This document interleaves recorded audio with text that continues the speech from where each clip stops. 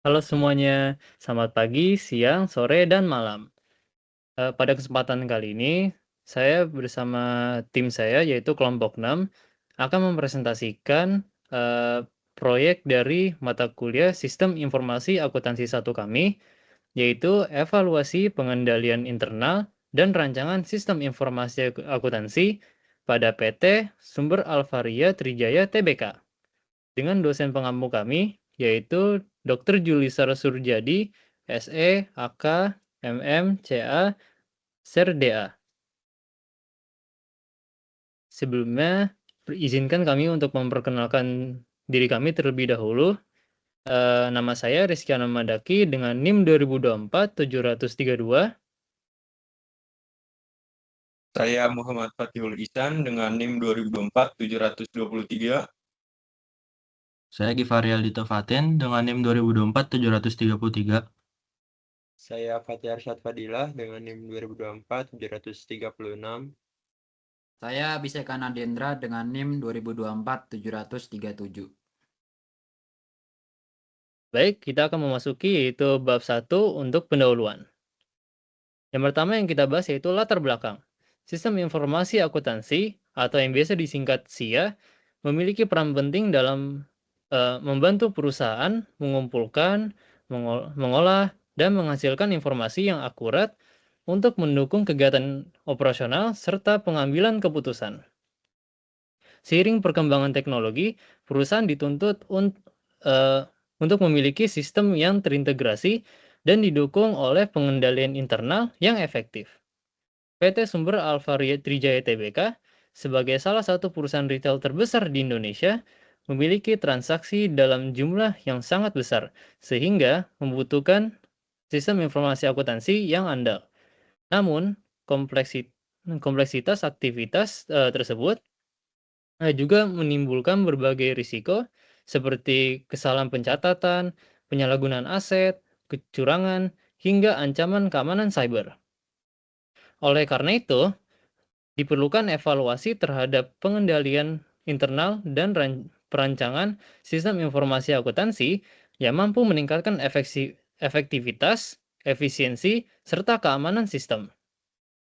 Berdasarkan hal tersebut, penulis melakukan kajian mengenai evaluasi pengendalian internal dan rancangan SIA pada PT Sumber Alvaria Trijaya Tbk guna memahami penerapan sistem serta pengelolaan risiko dalam mendukung pencapaian tujuan perusahaan.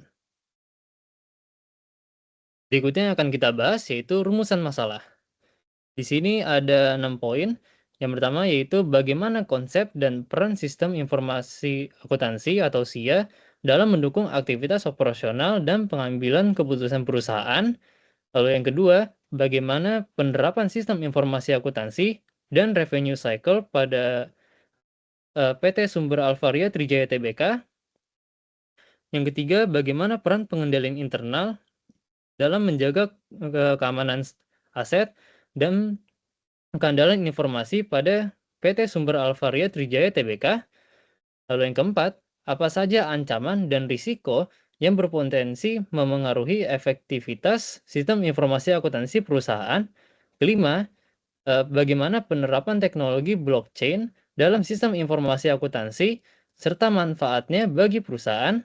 Dan terakhir yang keenam, yaitu bagaimana evaluasi pengendalian internal dan rancangan sistem informasi akuntansi yang dapat direkomendasikan untuk meningkatkan efektivitas, efisiensi, dan keamanan sistem pada PT Sumber Alvaria Trijaya Tbk. Berikutnya akan kita bahas yaitu tujuan penelitian. Di sini ada 6 poin juga. Yang pertama yaitu menjelaskan konsep dan peran sistem informasi akuntansi dalam mendukung kegiatan operasional dan pengambilan keputusan perusahaan. Yang kedua yaitu mendeskripsikan penerapan sistem informasi akuntansi dan revenue cycle pada PT Sumber Alvaria Trijaya Tbk. Dan yang ketiga, menganalisis efektivitas pengendalian internal dalam melindungi aset dan menjaga keandalan informasi perusahaan. Yang keempat, mengidentifikasi berbagai ancaman dan risiko yang dapat memengaruhi sistem informasi akuntansi perusahaan.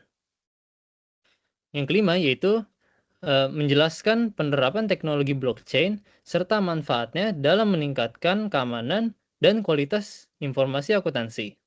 Dan terakhir yang keenam, yaitu memberikan evaluasi dan rekomendasi rancangan sistem informasi akuntansi serta pengendalian internal yang dapat meningkatkan efektivitas, efisiensi, dan keamanan sistem pada PT Sumber Alvaria Trijaya Tbk. Berikutnya akan kita bahas yaitu masalah penelitian. Di sini ada 5 poin. Yang pertama, bagi penulis, penelitian ini diharapkan dapat menambah wawasan dan pemahaman penulis mengenai konsep dari sistem informasi akuntansi, pengendalian internal, serta penerapannya di dunia bisnis. Selain itu, penelitian ini juga membantu mengembangkan kemampuan analisis, pemecahan masalah, dan penyusunan karya ilmiah sebagai bekal di dunia akademik maupun profesional. Yang kedua yaitu bagi mahasiswa, penelitian ini diharapkan dapat menjadi sumber referensi dan bahan pembelajaran bagi mahasiswa dan memahami penerapan sistem informasi akuntansi, audit sistem informasi, pengendalian internal, dan manajemen risiko. Penelitian ini juga membantu mahasiswa dalam menghubungkan teori dengan praktek di dunia usaha. Yang ketiga bagi pembaca, penelitian ini diharapkan dapat menambah pengetahuan dan wawasan pembaca mengenai pentingnya sistem informasi akuntansi dan pengendalian internal dalam mendukung operasional perusahaan. Selain itu, pembaca dapat memahami berbagai ancaman dan risiko yang memengaruhi sistem informasi di era digital. Keempat, yaitu bagi perusahaan. Penelitian ini diharapkan dapat menjadi bahan masukan bagi PT Sumber Alvaria Trijaya Tbk dalam mengevaluasi dan meningkatkan efektivitas sistem informasi akuntansi serta pengendalian internal. Hasil penelitian juga dapat membantu perusahaan dalam mengidentifikasi risiko, mengurangi potensi kesalahan dan kecurangan, serta meningkatkan efisiensi perusahaan operasional. Dan yang terakhir yaitu bagi dunia akademik. Penelitian ini diharapkan dapat memberikan kontribusi terhadap pengembangan ilmu pengetahuan di bidang sistem informasi akuntansi, audit sistem informasi, pengendalian internal, dan manajemen risiko. Selain itu, penelitian ini juga dapat menjadi referensi bagi mahasiswa, dosen, maupun peneliti dalam mengembangkan kajian yang berkaitan dengan topik yang serupa.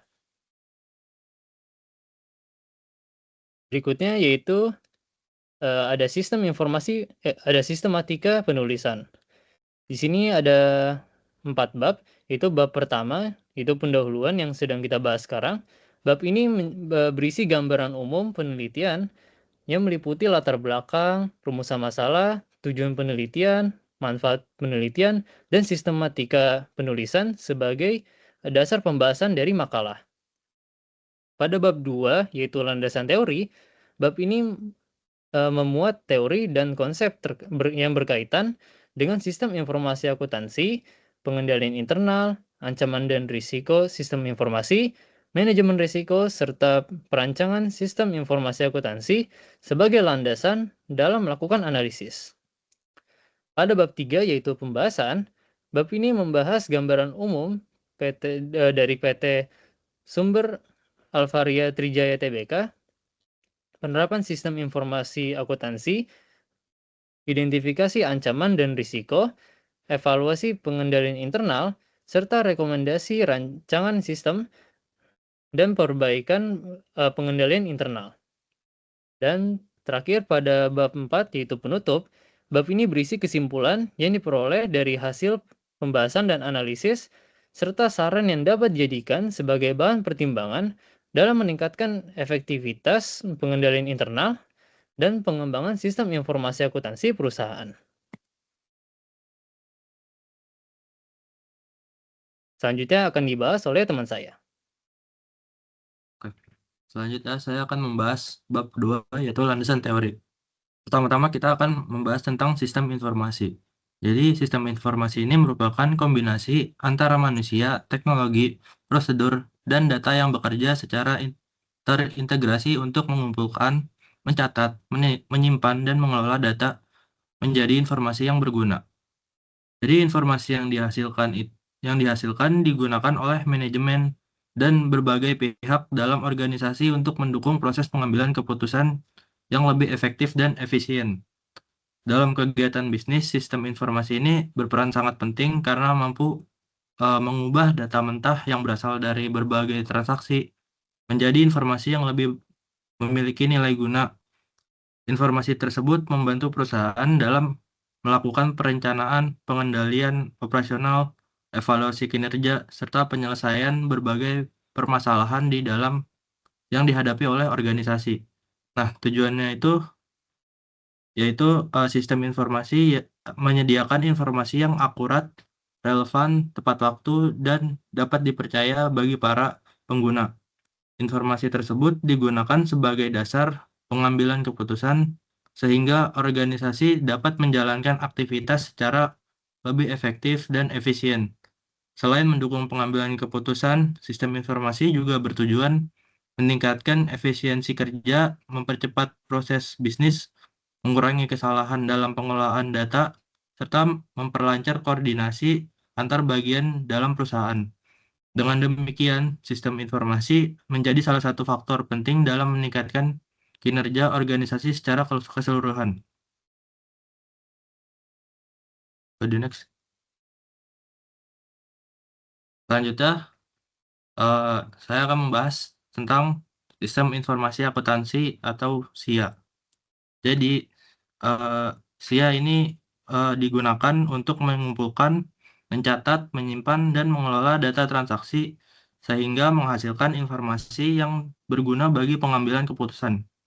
SIA ini tidak hanya terdiri dari teknologi komputer, tetapi juga melibatkan manusia, prosedur, data, perangkat lunak, infrastruktur teknologi, informasi, serta pengendalian internal.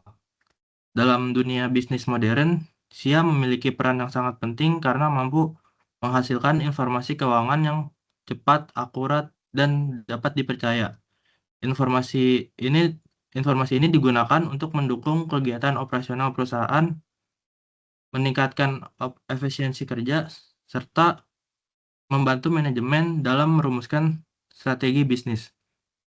Nah, tujuan utamanya yaitu untuk mengelola data transaksi perusahaan dan mengubah menjadi informasi yang bermanfaat bagi berbagai pihak. Jadi informasi yang dihasilkan ini digunakan oleh manajemen untuk melakukan perencanaan, pengendalian, evaluasi, dan pengambilan keputusan yang berkaitan dengan aktivitas bisnis perusahaan. Selain itu, SIA juga bertujuan untuk melindungi aset perusahaan melalui penerapan pengendalian internal yang memadai. Dengan adanya sistem yang terstruktur, perusahaan dapat mengurangi resiko kesalahan pencatatan, lalu mencegah terjadinya kecurangan, serta meningkatkan kualitas informasi yang digunakan dalam pengambilan keputusan. Lalu komponen SIA yaitu terdiri atas 6 komponen utama yaitu people, product, products, dan introduce, data, software, informasi teknologi infrastruktur, serta internal control and security measure. Nah, keenam komponen itu saling berhubungan dan bekerja secara terintegrasi dalam menghasilkan informasi yang berkualitas. Jadi komponen-komponen tersebut tuh memiliki fungsi yang berbeda, namun saling melengkapi penggunaan sistem untuk bertugas mengoperasikan sistem. Jadi datanya menjadi bahan utama yang diolah. Perangkat lunak dan infrastruktur teknologi didukung proses pengelolaan data. Sedangkan pengendalian internal berfungsi untuk menjaga keamanan dan keandalan informasi yang dihasilkan. Lalu blockchain. Jadi pengertian blockchain merupakan teknologi penyimpanan data digital yang terdiri atas rangkaian blok yang saling terhubung dan diamankan menggunakan kriptografi. Jadi setiap blok berisi informasi transaksi yang memiliki hubungan dengan blok sebelumnya, sehingga membentuk suatu rantai yang sulit dimodifikasi atau dipalsukan. Selain berfungsi sebagai media penyimpanan data yang aman, blockchain juga dikenal sebagai distributed ledger atau buku besar terdistribusi. Nah, teknologi ini memungkinkan data itu disimpan secara bersamaan pada banyak komputer dalam jaringan sehingga meningkatkan transparansi, keamanan, dan keandalan informasi yang tersimpan. Nah, tujuan blockchain dalam SIA ini yaitu penerapan blockchain dalam SIA bertujuan untuk meningkatkan keamanan data transaksi, lalu memperkuat transparansi informasi, serta menjaga integrasi data yang digunakan dalam proses bisnis. Jadi teknologi ini memungkinkan setiap transaksi itu diverifikasi dan dicatat secara permanen, sehingga mengurangi resiko manipulasi maupun kecurangan. Selain itu, blockchain juga membantu meningkatkan efisiensi pemrosesan transaksi, mempermudah proses audit, serta menghasilkan informasi yang lebih akurat dan dapat dipercaya. Dengan demikian, blockchain menjadi salah satu inovasi yang mendukung pengembangan sistem informasi akuntansi modern. Lalu penerapan blockchain dalam SIA. Jadi penerapan blockchain dalam SIA memberikan berbagai manfaat yang dapat meningkatkan efektivitas pengelolaan data dan transaksi perusahaan. Salah satu penerapan utamanya adalah pencatatan transaksi secara real time, di mana setiap transaksi itu dapat langsung dicatat dan tersimpan dalam jaringan blockchain tanpa harus melalui proses yang berulang. Nah, hal ini tuh membuat informasi keuangan menjadi lebih cepat tersedia, lebih akurat, dan lebih mudah diakses oleh pihak yang memiliki wewenang. Selain itu, blockchain juga meningkatkan keamanan data akuntansi melalui penggunaan teknologi kriptografi dan mekanisme konsensus yang memastikan setiap transaksi telah diverifikasi sebelum dicatat secara permanen. Teknologi ini mendukung proses audit yang lebih efisien karena seluruh transaksi memiliki jejak digital yang lengkap dan mudah ditelusuri. Nah, blockchain juga memungkinkan pengguna smart contract, yaitu kontrak digital yang dapat menjalankan transaksi secara otomatis ketika syarat tertentu terpenuhi.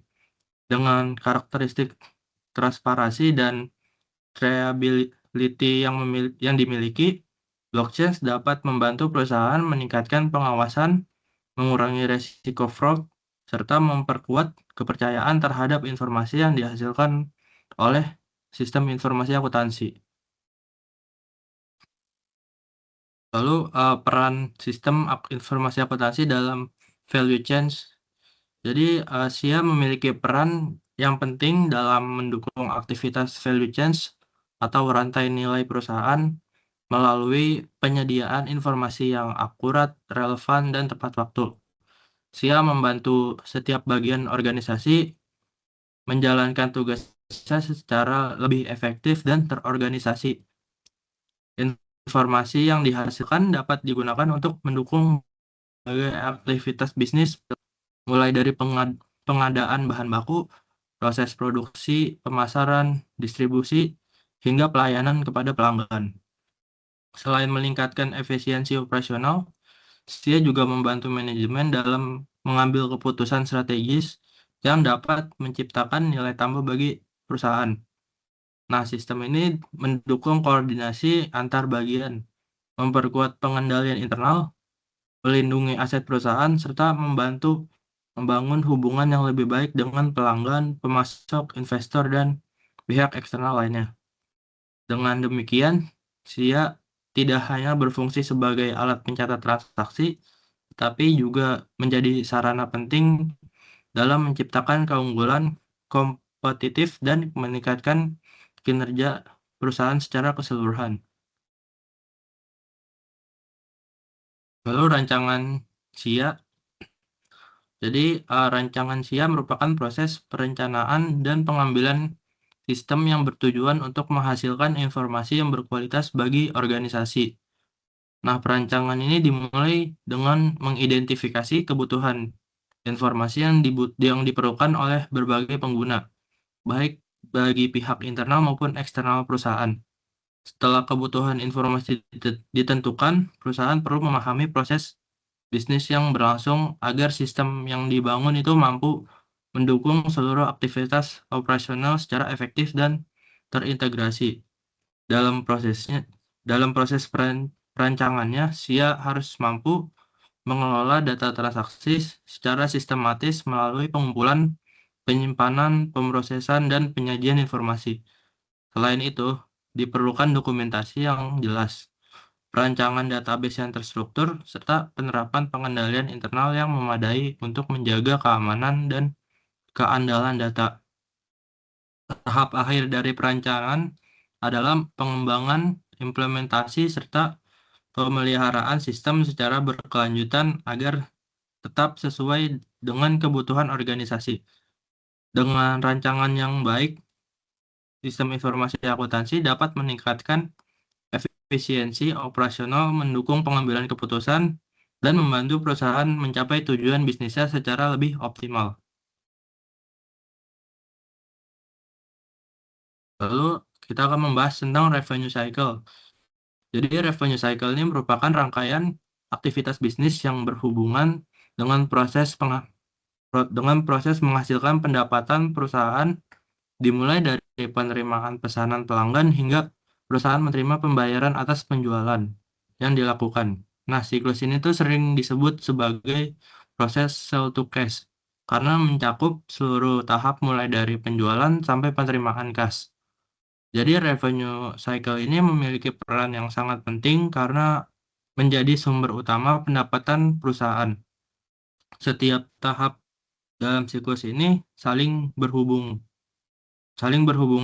mulai dari penerimaan pesanan, pemeriksaan ketersediaan barang, dan sistem informasi akuntansi.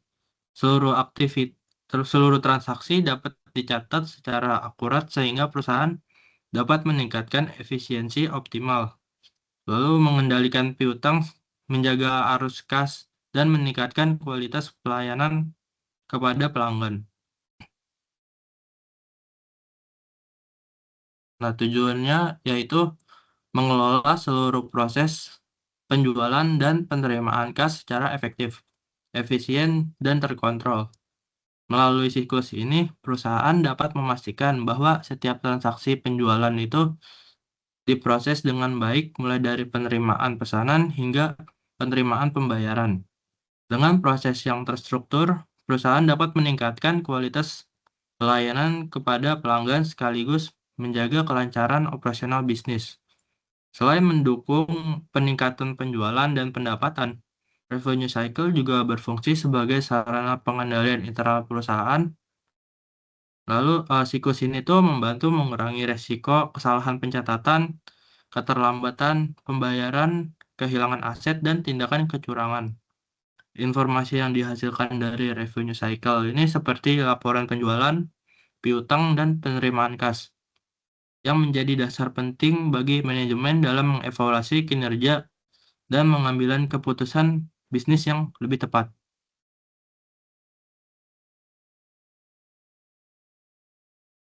Selanjutnya yaitu komponen atau tahapan revenue cycle. Jadi revenue cycle terdiri atas 4 tahapan utama yang saling terhubung, yaitu sales order entry, shipping, billing, dan cash collection. Nah, keempat tahapan tersebut membentuk alur proses bisnis yang dimulai sejak pelanggan melakukan pemesanan hingga perusahaan menerima pembayaran atas transaksi yang terjadi. Tahap pertama adalah sales order entry, yaitu proses penerimaan pesanan pelanggan, persetujuan kredit, pemeriksaan persediaan, serta pelayanan terhadap pertanyaan pelanggan. Lalu tahap kedua yaitu shipping, yaitu proses pengambilan, pengemasan, dan pengiriman barang kepada pelanggan. Lalu tahap ketiga adalah billing, yaitu proses pembuatan invoice dan pengelolaan piutang usaha. Lalu tahap terakhir ada cash collection, yaitu penerimaan pembayaran dari pelanggan dan pencatatan cash yang diterima. Jadi seluruh tahapan tersebut harus berjalan secara terintegrasi agar proses penjualan dapat berlangsung secara efektif dan mendukung kelancaran arus kas perusahaan. Lalu kontrol dalam revenue cycle. Jadi kontrol dalam revenue cycle bertujuan untuk melindungi aset perusahaan, menjaga keakuratan data transaksi, mencegah terjadinya kecurangan, serta meningkatkan efisiensi proses bisnis. Jadi pengendalian yang diterapkan pada setiap tahapan revenue cycle karena setiap aktivitas ini memiliki resiko yang berbeda. Dengan adanya kontrol yang memadai, perusahaan dapat memastikan bahwa seluruh transaksi penjualan dan penerimaan kas itu berjalan sesuai dengan prosedur yang telah ditetapkan. Pada tahap sales entry, pengendalian dilakukan melalui validasi data, otorisasi kredit, pemeriksaan persediaan secara real-time, serta pemisahan tugas antar bagian. Pada tahap shipping, perusahaan menerapkan teknologi seperti barcode dan RFID, otorisasi pengiriman, serta verifikasi dokumen sebelum barang dikirim. Pada tahap billing, pengendalian dilakukan melalui pembuatan invoice otomatis, validasi harga, rekonsiliasi piutang, dan pemantauan umur piutang. Sementara itu, pada tahap cash collection, pengendalian dilakukan melalui pemisahan tugas, setoran kas harian, rekonsiliasi bank, serta penggunaan audit trial untuk memastikan seluruh penerimaan kas tercatat secara lengkap dan akurat. Selanjutnya akan dibahas oleh teman saya.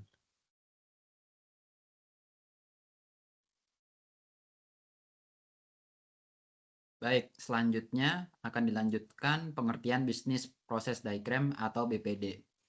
Jadi BPD ini merupakan salah satu alat dokumentasi yang berfungsi untuk mempresentasikan proses bisnis dalam bentuk visual, memperlihatkan berbagai aktivitas maupun tahapan yang berlangsung dari awal sampai akhir, sehingga informasi yang bersifat kompleks dapat ditampilkan secara lebih sederhana, sistematis, dan mudah dicerna dibandingkan uraian narasi.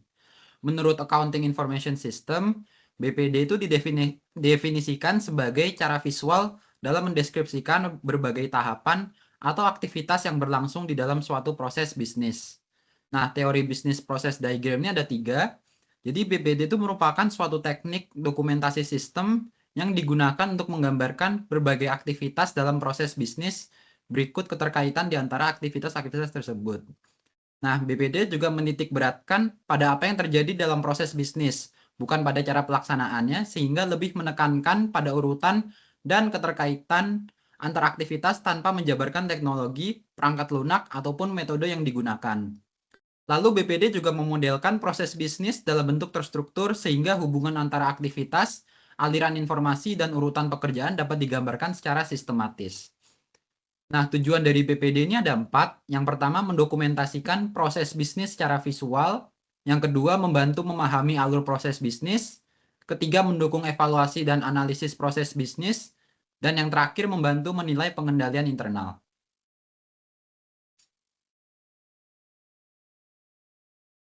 Next. Selanjutnya ada simbol-simbol dari BPD. Jadi BPD ini ada start atau begin, lalu ada simbol N, ada simbol activity in a process, ada simbol decision, ada simbol flow, dan simbol annotation information.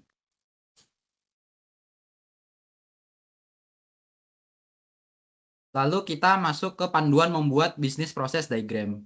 Jadi dalam membuat bisnis proses diagram ada 9 tahapan. Yang pertama kita mengidentifikasi dan pahami proses bisnis yang akan digambarkan. Lalu kita mengidentifikasi primary players-nya atau pelaku utama. Lalu kita membuat swim lanes. Lalu menentukan titik awal proses. Lalu mengidentifikasi dan memasukkan seluruh aktivitas dalam proses. Lalu kita menghubungkan aktivitas tersebut dengan panah alur atau flow. Lalu menambahkan keputusan yang jika diperlukan dan menambahkan anotasi atau penjelasan. Nanti di akhir kita akan mengakhiri proses dengan simbol N dan menyusun versi finalnya. Selanjutnya kita akan memasuki flowchart. Jadi flowchart ini adalah suatu teknik analitis yang memanfaatkan kumpulan simbol standar guna yang menyajikan secara visual berbagai aspek dari sistem informasi dengan cara yang jelas, ringkas, dan juga logis. Flowchart ini berfungsi untuk mencatat bagaimana proses bisnis dilaksanakan dan bagaimana dokumen berpindah di dalam organisasi, sekaligus menjadi alat bantu dalam menganalisis dan menyempurnakan proses bisnis serta aliran dokumen yang ada. Dalam konteks SIA, flowchart ini memberikan kemudahan bagi analis sistem, auditor, dan manajemen dalam menelaah cara kerja suatu sistem, menilai efektivitas prosedur, serta menemukan peluang perbaikan yang dapat meningkatkan efisiensi operasional dan pengendalian internal organisasi. Nah, teori flowchart ini ada 4. Yang pertama itu menggambarkan rangkaian aktivitas dalam proses bisnis secara logis dan berurutan dari awal hingga selesai. Yang kedua, menunjukkan bagaimana data dan dokumen bergerak dalam suatu sistem informasi yang mencakup asal-usul, distribusi, fungsi, hingga penyelesaian akhirnya. Yang ketiga, mengidentifikasi pihak-pihak yang berperan dalam proses bisnis, yang mencakup departemen, fungsi pekerjaan, serta pihak eksternal. Yang keempat, menggunakan simbol-simbol terstandarisasi yang diklasifikasikan ke dalam 4 kelompok, yaitu simbol input atau output, pemrosesan, penyimpanan, serta aliran, dan lain-lain. Tujuan flowchart ini mendokumentasikan sistem dan proses bisnis, memudahkan pemahaman sistem, membantu analisis, evaluasi, dan pengembangan sistem, dan juga meningkatkan pengendalian internal. Selanjutnya ada simbol-simbol dari flowchart. Jadi simbol-simbol flowchart ini ada input atau output symbols yang terdiri dari dokumen, multiple copies of one paper document, electronic output, electronic data entry, electronic input and output device. Lalu ada processing symbol yang terdiri dari computer processing dan manual operation. Lalu juga ada storage symbol yang terdiri dari database, magnetic tape, paper document file, dan journal atau ledger. Lalu juga ada flow and miscellaneous symbol yang terdiri dari dokumen or processing flow, communication link, on-page connector, off-page connector, terminal, decision, dan juga annotation. Jadi panduan membuat flowchart itu ada 7. Yang pertama, kita harus memahami sistem yang akan digambarkan. Yang kedua, kita mengidentifikasi entitas yang terlibat. Yang ketiga, mengorganisasikan flowchart. Yang keempat, memberikan label yang jelas pada setiap simbol. Yang kelima, kita menggunakan konektor jika diperlukan. Dan kita membuat sketsa awal terlebih dahulu, lalu menyusun flowchart yang final. Fungsi dari flowchart ini ada 5, yaitu mendokumentasikan sistem informasi, memahami dan mengevaluasi sistem, menganalisis dan memperbaiki proses bisnis, dan mengidentifikasi kekuatan dan kelemahan pengendalian internal, serta membantu pengembangan sistem baru. Dalam flowchart ada 3 jenis. Yang pertama adalah dokumen flowchart atau flowchart dokumen. Yang kedua ada sistem flowchart atau flowchart system. Dan ada program flowchart atau flowchart program. Selanjutnya kita masuk ke DFD atau data flow diagram. Data flow diagram ini merupakan alat dokumentasi sistem yang memperlihatkan pergerakan data dalam sebuah sistem informasi, yaitu mencakup asal-usul data, proses yang dialami, tempat penyimpanannya, serta kemana data diteruskan setelah pengolahan. Dengan titik perhatian utama pada aliran data itu sendiri, bukan aspek fisik seperti perangkat keras, sumber daya manusia, maupun prosedur operasional. Nah, DFD ini didefinisikan sebagai gambaran grafis pergerakan data dalam suatu organisasi yang mencakup sumber dan tujuan data, aliran data, proses transformasi, serta penyimpanan data, sehingga dapat dipahami sebagai peta visual yang secara sistematis merekam perjalanan data mulai dari titik awal, proses perubahan, media penyimpanan, hingga tujuan akhirnya. Nah, teori DFD ini ada 4. Jadi DFD itu merupakan model yang bersifat logis, yang menitik beratkan pada apa yang sesungguhnya terjadi pada data di dalam sistem, bukan pada cara sistem diwujudkan secara fisik. Lalu DFD ini merepresentasikan sistem informasi dalam bentuk visual, sehingga aliran data dan hubungan antar proses dapat dipahami dengan lebih mudah. Yang ketiga, data bergerak melewati sistem dan mengalami transformasi, di mana data dari suatu entitas masuk sebagai input, menjalani serangkaian proses pengolahan hingga menghasilkan output. Lalu data yang masuk sebagai input diolah melalui berbagai proses bisnis dan menghasilkan output untuk mendukung kegiatan operasional, pengendalian maupun pengambilan keputusan. Nah, tujuan dari DFD ini ada 4, yaitu mendokumentasikan aliran data pada sistem, memudahkan pemahaman terhadap sistem yang kompleks, mendukung analisis dan evaluasi sistem, dan mendukung perancangan dan pengembangan sistem baru. Selanjutnya ada simbol-simbol DFD. Jadi simbol-simbol DFD terdiri dari 5, yaitu data sources and destinations, data flows, transformation processes, data stores, dan internal control. Selanjutnya memasuki cara panduan membuat DFD. Jadi panduan membuat DFD ada 11 langkah. Yang pertama kita memahami sistem yang akan digambarkan. Lalu kita menentukan batas sistem atau sistem boundaries. Lalu mengidentifikasi seluruh elemen utama DFD. Mengidentifikasi seluruh aliran data yang signifikan. Lalu kita berikan nama yang unik dan deskriptif. Lalu kita gunakan konteks diagram terlebih dahulu. Yang ketujuh, kita melakukan dekomposisi atau subdividing secara bertahap. Lalu kita membatasi jumlah proses dalam satu diagram. Lalu kita beri nomor proses secara berurutan. Lalu kita susun diagram secara logis. Terakhir kita melakukan pengecekan, penyempurnaan, dan penyusunan versi final. Nah, fungsi dari DFD ini ada 6. Yang pertama itu memvisualisasikan aliran data dalam sistem. Yang kedua, mendokumentasikan sistem informasi.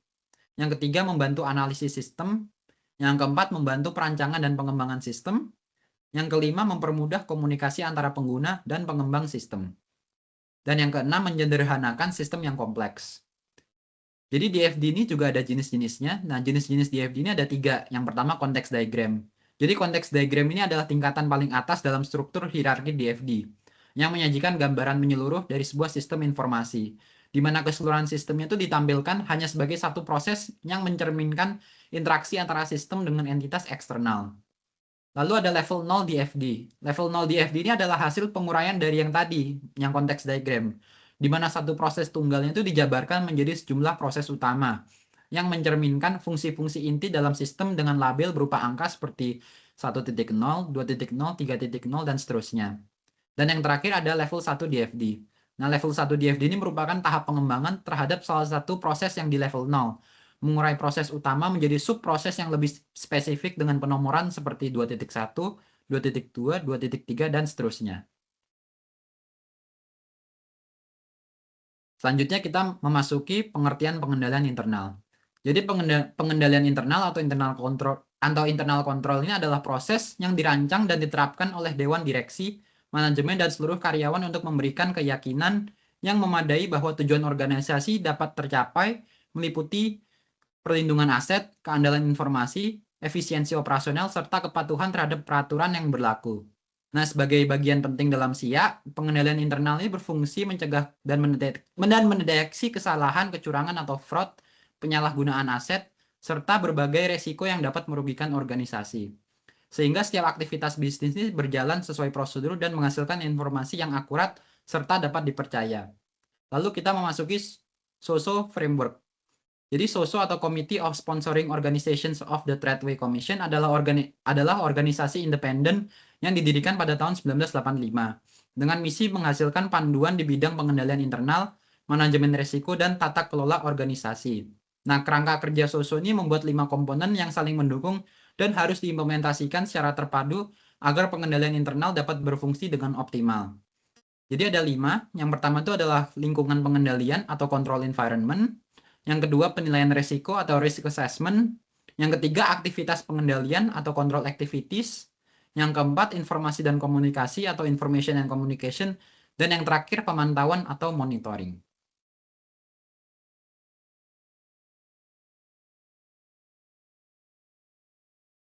Lalu selanjutnya di bab 3 yaitu pembahasan, saya akan menjelaskan tentang profil pada perusahaan PT Sumber Alvaria Trijaya Tbk. Jadi PT Sumber Alvaria Trijaya Tbk merupakan perusahaan yang bergerak di sektor perdagangan eceran dan distribusi produk kebutuhan harian yang lebih dikenal melalui nama merek Alfamart. Jadi kantor pusatnya ini berlokasi di Alfamart Tower, Jalan MH Tamrin nomor 1 Alam Sutra, Kota Tangerang, Banten. Perusahaannya juga telah tercatat di Bursa Efek Indonesia dengan kode emiten AMRT. Jadi perusahaan ini berdiri pada bulan Desember tahun 1989 atas praksara Joko Susanto. Gerai pertamanya itu dibuka pada tanggal 18 Oktober 1999 di Karawaci, Tangerang. Selanjutnya pada tanggal 1 Januari 2003 seluruh gerai resmi menggunakan nama Alfamart. Pada penghujung tahun 2025, jaringan gerai Alfamart telah mencapai 21.120 unit dengan jumlah tenaga kerja sekitar 170.000 orang. Selain itu, perusahaan ini juga memiliki lebih dari 750 gerai di Filipina dan aplikasi AlphaGift yang telah memiliki 29 juta anggota terdaftar pada tahun 2025. Kepemilikan saham mayoritas perusahaan ini berada di tangan PT Sigmantara Alfindo sebagai entitas induk yang mewakili keluarga pendiri. Perusahaan ini juga memperluas portofolio usahanya melalui anak perusahaan yang bergerak di bidang logistik, perdagangan elektronik, serta layanan kesehatan dan kecantikan. Luas skala operasional yang mencakupi puluhan ribu gerai, ratusan ribu tenaga kerja, jaringan distribusi yang tersebar luas, serta beragam lini usaha menunjukkan bahwa PT Sumber Alvaria Trijaya Tbk merupakan salah satu perusahaan retail terbesar di Indonesia. Next.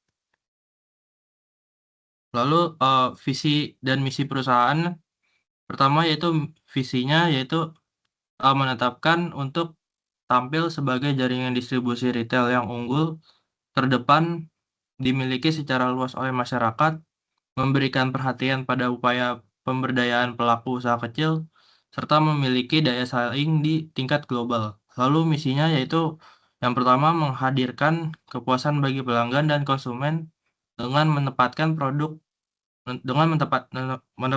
kualitas produk dan pelayanan sebagai prioritas utama. Lalu yang kedua yaitu berupaya menjadi yang terdepan dalam setiap aspek yang dijalankan dengan tetap menjunjung tinggi norma dan etika bisnis yang luhur. Lalu yang ketiga, turut ambil bagian dalam pembangunan bangsa melalui penumbuhan semangat kewirausahaan dan pengembangan kemitraan usaha. Lalu yang terakhir, membangun organisasi yang berskala global, terpercaya, sehat, dan terus berkembang, serta membawa manfaat nyata bagi pelanggan, pemasok, karyawan, pemegang saham, dan masyarakat pada umumnya. Lalu budaya dan struktur organisasi pada perusahaan. Jadi budaya perusahaan PT Sumber Alvaria Tbk menerapkan budaya perusahaan yang berlandaskan integritas, inovasi, kualitas, dan produktivitas, kerjasama tim, serta kepuasan pelanggan. Nah, nilai-nilai tersebut diwujudkan melalui kejujuran, kedisiplinan, etika kerja, dan tanggung jawab. Perusahaan juga mendukung budaya kerja melalui pemberian kompensasi, rotasi karyawan, dan promosi jabatan. Nah, budaya ini berperan penting dalam menciptakan lingkungan pengendalian yang mendukung efektivitas sistem pengendalian internal dan sistem informasi akuntansi. Lalu struktur organisasi perusahaan, PT Alvaria Trijaya Tbk memiliki struktur organisasi yang jelas yang terdiri atas Dewan Komisaris, Direksi, Komite Pendukung, Divisi Fungsional, dan Unit Audit Internal. Nah, Dewan Komisarisnya ini menjalankan fungsi pengawasan dengan dukungan Komite Audit serta Komite Nominasi dan Remunerasi. Di bawah direksi terdapat berbagai divisi operasional, sementara pada tingkat gerai terdapat struktur berjenjang mulai dari branch manager hingga kasir. kejelasan pembagian tugas dan wewenang ini mendukung pengawasan yang efektivitas serta penerapan prinsip pemisahan tugas dalam sistem informasi akuntansi perusahaan.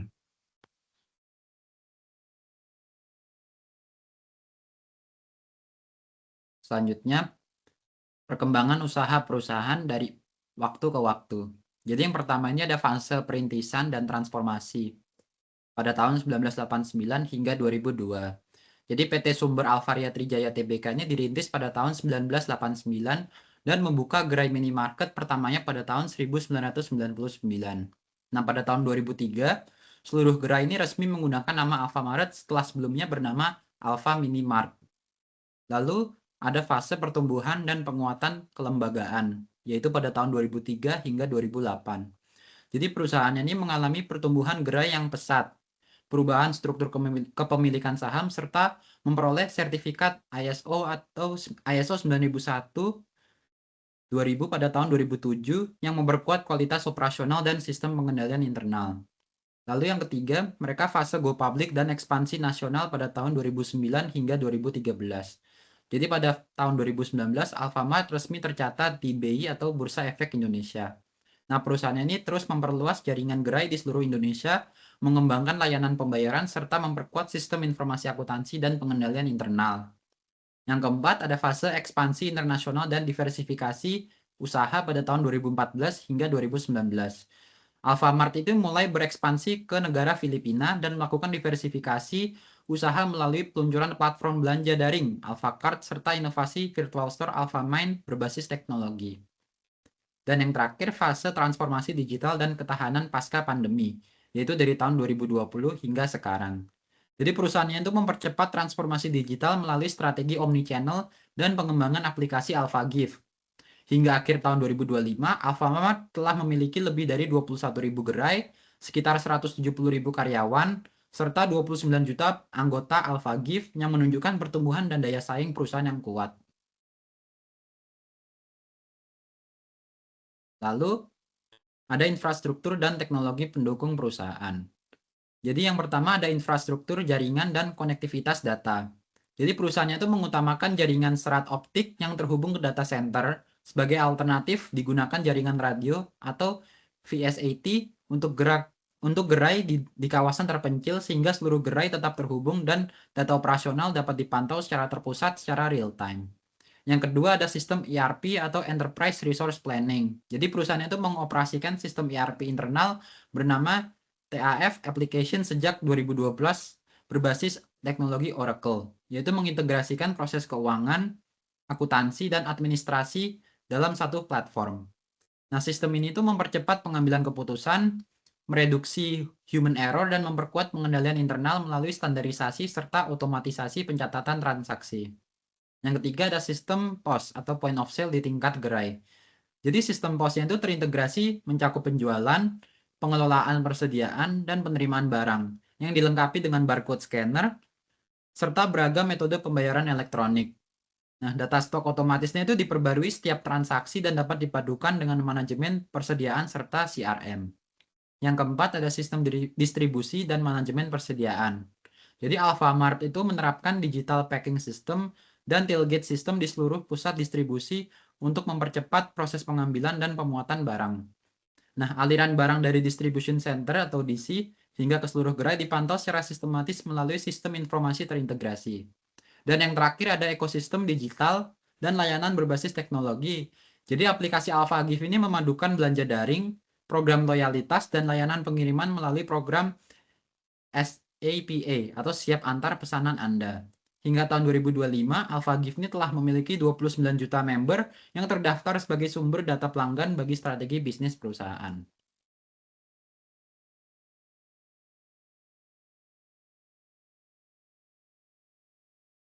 Oke, selanjutnya kita lanjut di BPD pada Sales Order Entry atau Business Process Diagram Sales Order Entry pada Alfamart. Jadi di sini terbagi menjadi 3 departemen yaitu Customer, Kasir, dan Sistem. Dimulainya di Customer yang dimana customer memilih barang di Alfamart lalu membawanya ke kasir. kasir akan men-scan semua barang belanjaan customer. Kasir itu menanyakan kepada customer apakah adanya member atau tidak dan akan mengkonfirmasinya. Jika customer memiliki member, sistem akan menambahkan poin ke customer. Dan jika tidak, akan langsung mengonfirmasikan harga. Nah, jika member sudah menambahkan poin, akan langsung ke mengonfirmasikan harganya. Setelah mengonfirmasikan harga di sistem, akan lanjut lagi ke bagian kasir untuk memilih metode pembayaran. Jika tunai, di bagian customer, itu akan langsung ke cetak struk. Jika non-tunai, akan dilakukan adanya verifikasi pembayaran. Jika verifikasi pembayaran tidak berhasil, itu akan kembali lagi ke metode pembayaran yang dimana akan memilih dengan tunai dan non-tunai. Jika berhasil, akan langsung mencetak struk di bagian kasir. Lalu kasir akan mengirimkan struk kepada customer dan customer juga memilih barang belanjaannya dan cetak struknya akan di-record di dalam sistem dengan record transaksi. Next. Oke, selanjutnya kita ke flowchart sales order entry. Jadi, di sini masih di 3 departemen, dimulai dari customer. Jadi, customer pertama memilih barang di Alfamart dan membawanya ke kasir. Setelah kasir menerima barang, akan langsung dilakukan scan barcode pada barang yang dibeli oleh customer. Kasir menanyakan member kepada customer. Jika ada member, kasir akan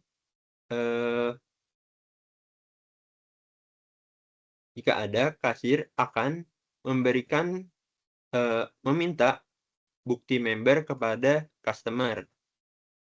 Jika customer memberikan bukti, sistem akan mengkonfirmasikan member dan menambahkan poin ke customer.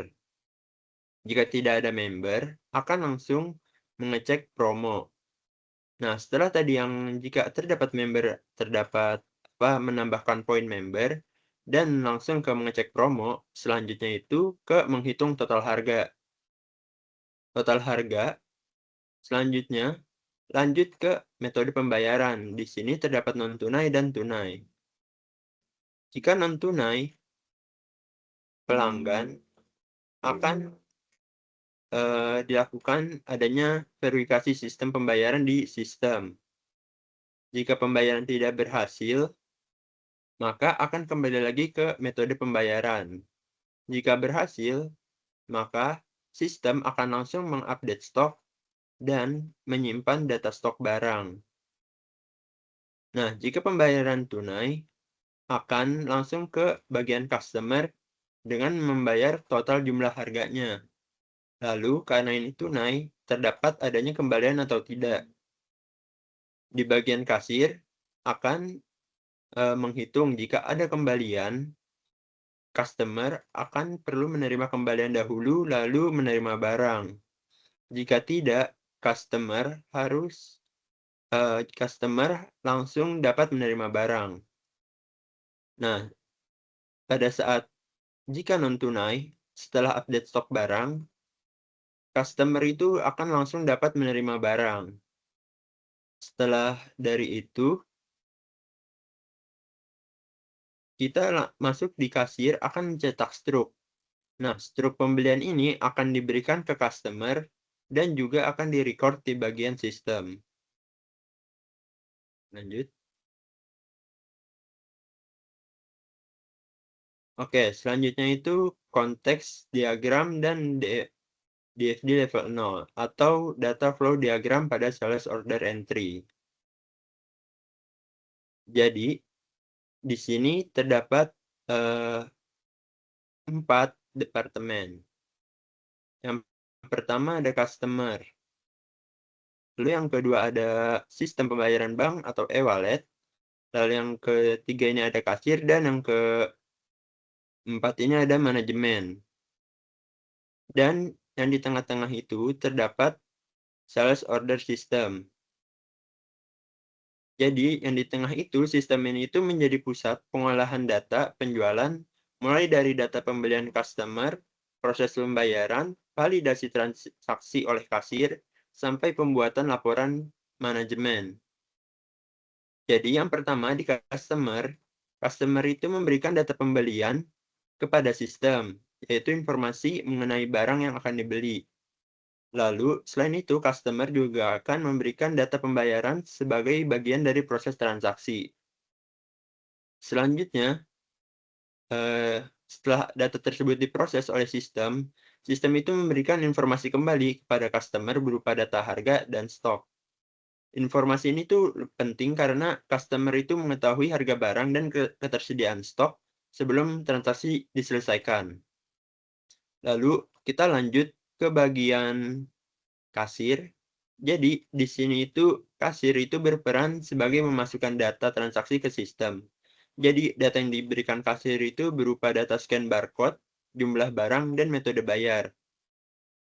Jadi, data barcode ini itu digunakan untuk mengidentifikasi barang, jumlah barang digunakan untuk menghitung total pembelian. Sedangkan metode bayar ini digunakan untuk menentukan apakah pembayaran itu dilakukan secara tunai atau non-tunai.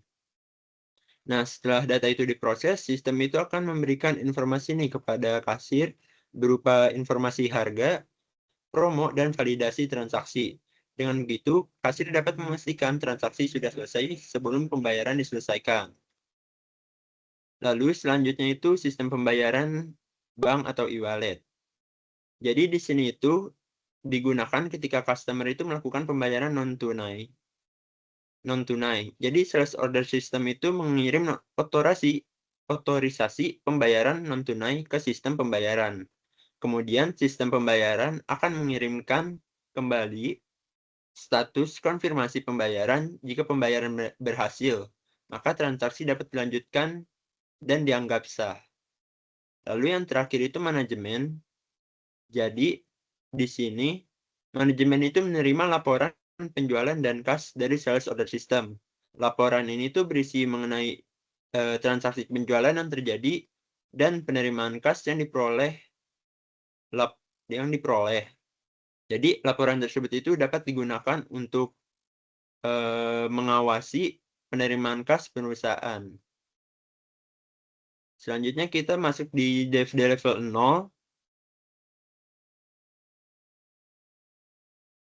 Selanjutnya kita masuk di DFD level 0. Jadi di sini yang pertama itu ada input dan validasi penjualan.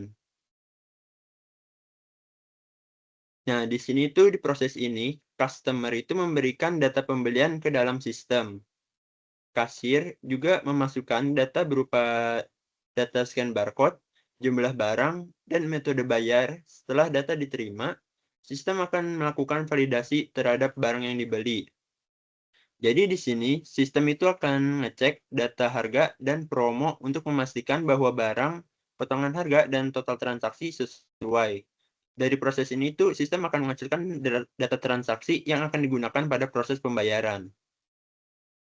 Nah, di proses pembayaran ini atau proses yang kedua, jadi setelah transaksi divalidasi, data transaksi itu akan diproses untuk pembayaran. Jika pembayaran dilakukan secara non-tunai, sistem ini akan mengirimkan otorisasi pembayaran non-tunai kepada sistem pembayaran bank atau e-wallet.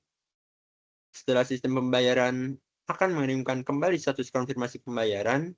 Jika pembayaran berhasil, maka transaksi dinyatakan lunas, dan proses ini penting untuk memastikan bahwa transaksi tidak dicatat sebagai penjualan sebelum pembayaran benar-benar terkonfirmasi. Lanjut kita ke proses ketiga, yaitu update stok dan simpan transaksi. Jadi setelah pembayaran berhasil, sistem itu memperbarui stok barang yang sudah terjual. Jadi yang terjual akan mengurangi stok yang tersedia pada data persediaan stok. Selain itu, sistem juga menyimpan transaksi ke ke dalam data transaksi penjualan. Nah, penyimpanan data transaksi ini tuh fungsinya sebagai bukti bahwa transaksi itu sudah terjadi dan dapat digunakan kembali kepada di laporan. Nah, proses yang terakhir atau proses yang keempat, jadi ini tuh proses penyusunan laporan penjualan. Jadi di proses ini tuh data transaksi yang sudah lunas akan diolah menjadi laporan penjualan. Sistem juga mencatat penerimaan kas ke dalam data kas harian. Setelah itu, sistem menghasilkan laporan penjualan yang akan diberikan kepada manajemen. Laporan ini tuh digunakan untuk mengetahui jumlah penjualan, penerimaan kas, dan aktivitas yang telah terjadi. Next.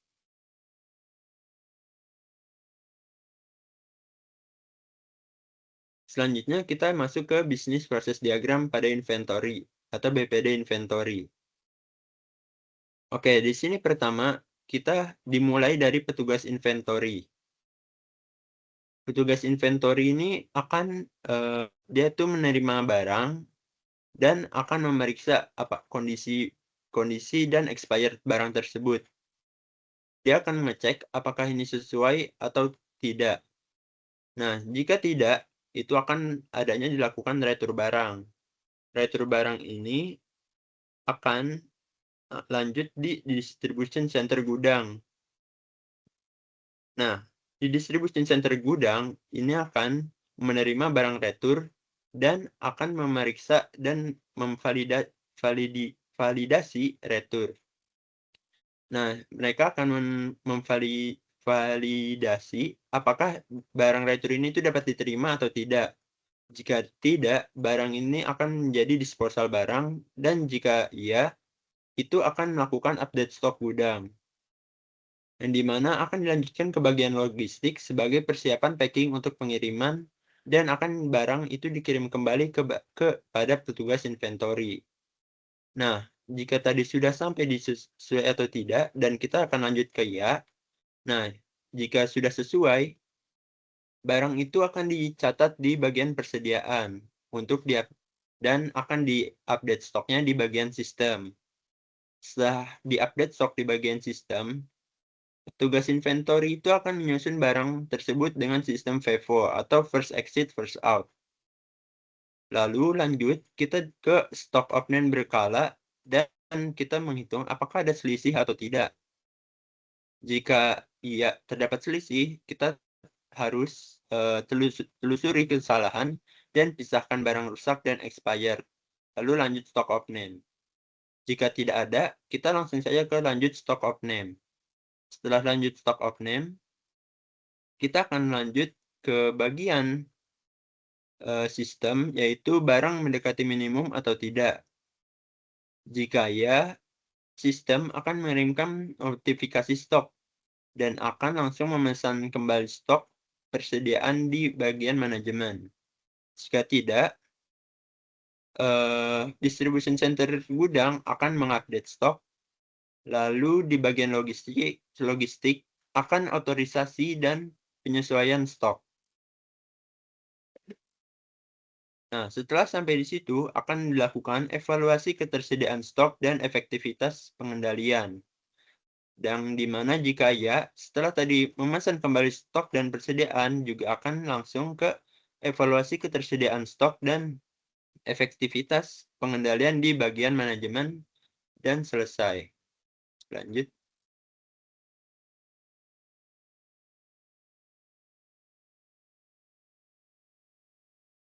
Oke, selanjutnya itu kita di bagian flowchart inventory.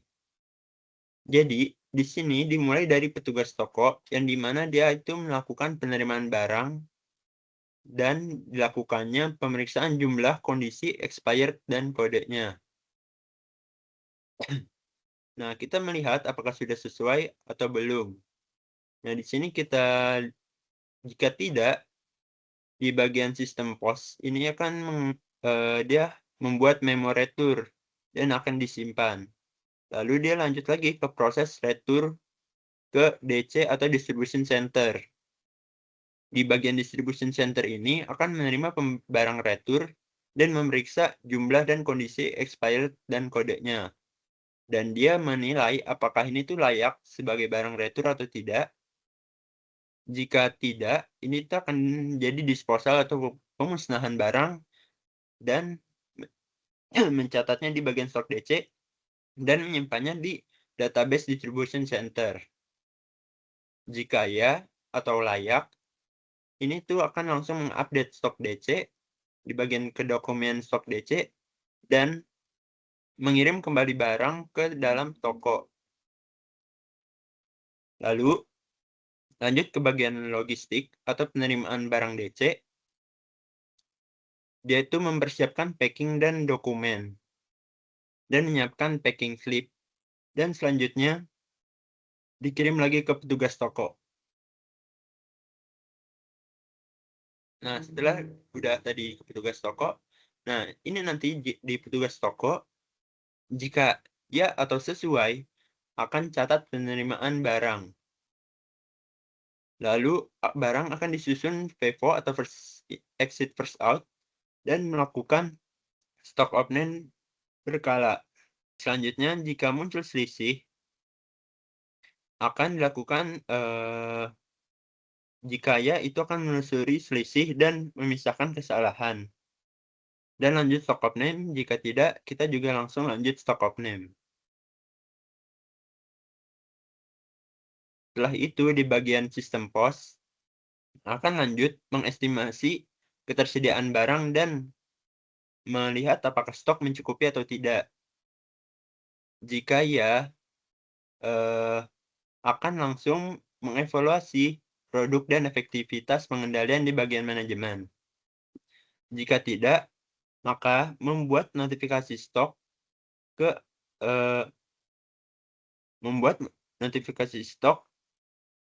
menipis ke manajer.